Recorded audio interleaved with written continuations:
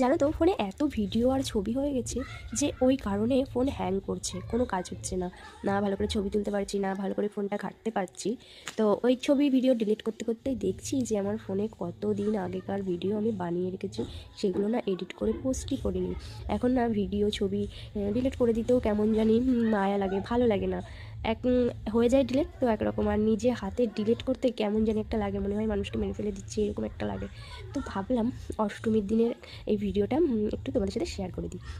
সকাল সকাল আমি না অষ্টমীর দিন সকালে যা কাজকর্ম থাকে ওগুলো সেরে নিয়েছিলাম, নেওয়ার পরে পুজোর অঞ্জলিও দিতে চলে গেছিলাম। আর প্রথমেই কিন্তু মাকে দেখিয়ে দিয়েছি, মানে ভিডিওতে তো তোমরা দেখেই নিয়েছো।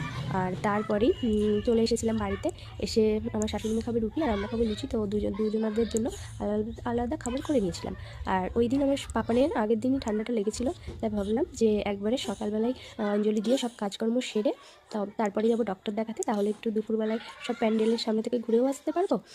আর সন্ধ্যাবেলায় ওই মানে পুজোর সময় তো প্রচণ্ড উপরেই বনগাঁতে, তোমরা সবাই জানো। তো ওই কারণেই দুপুরবেলায় যাওয়া।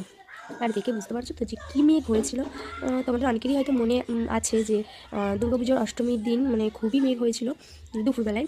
তো দেখে তো বুঝতেই পারছি আমার সাজগোজ এটা অষ্টমীর দিনেরই সাজ ছিল আমার।